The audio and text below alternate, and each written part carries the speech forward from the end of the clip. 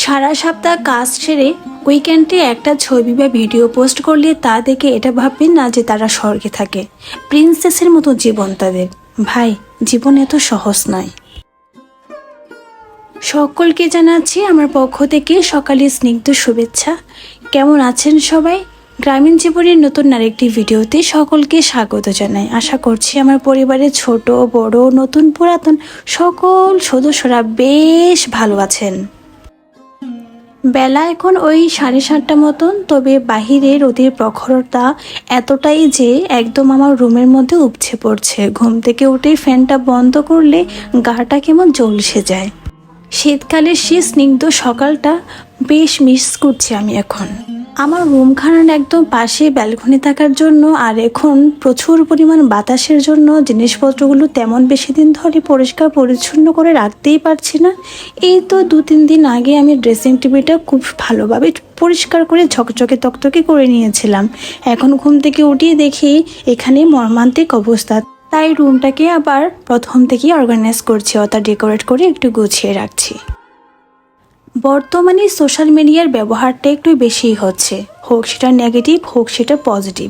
আমরা আমাদের জীবনে চলার পথে সমস্ত অ্যাক্টিভিটিস সমস্ত অ্যাচিভমেন্ট কিন্তু সোশ্যাল মিডিয়াতে আমরা পোস্ট করে থাকি, যেটা বিপরীত পাশের মানুষ থেকে কেউ খুশি হয়, কেউ নিজেকে ইনক্রিজ করতে সাহায্য করে, কেউ আবার ডিপ্রেশনে চলে যায় উন্নতি দেখে।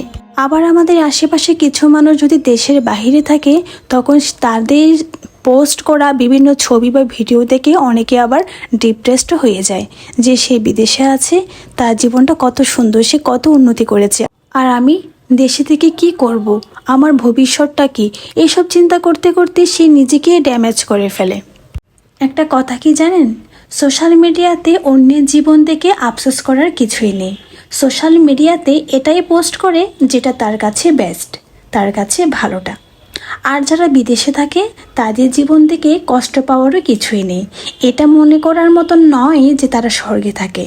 আপনারা এটা দেখেন যেটা তারা দেখার জন্য আপনাদের অ্যালাউ করে। তার ঘরে খাবার না থাকলে নিশ্চয়ই আপনাকে ওটা দেখাবে না।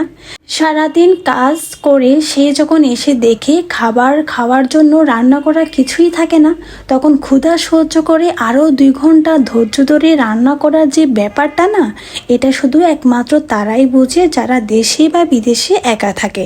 সারা সপ্তাহ ঘরে বাইরে কাজ সেরে উইকেন্ডে একটা ছবি বা ভিডিও পোস্ট করলে এটা ভাববে না যে তারা স্বর্গে থাকে। তাদের জীবনটা প্রিন্সেসের মতন। ভাই, জীবনটা এত সহজ না। জীবনটা সহজ তখনই যখন আপনি জীবনটাকে সহজভাবে দেখবেন, আর আপনি ভালো থাকবেন তখনই যখন আপনি আপনার পজিশনে সন্তুষ্ট থাকবেন।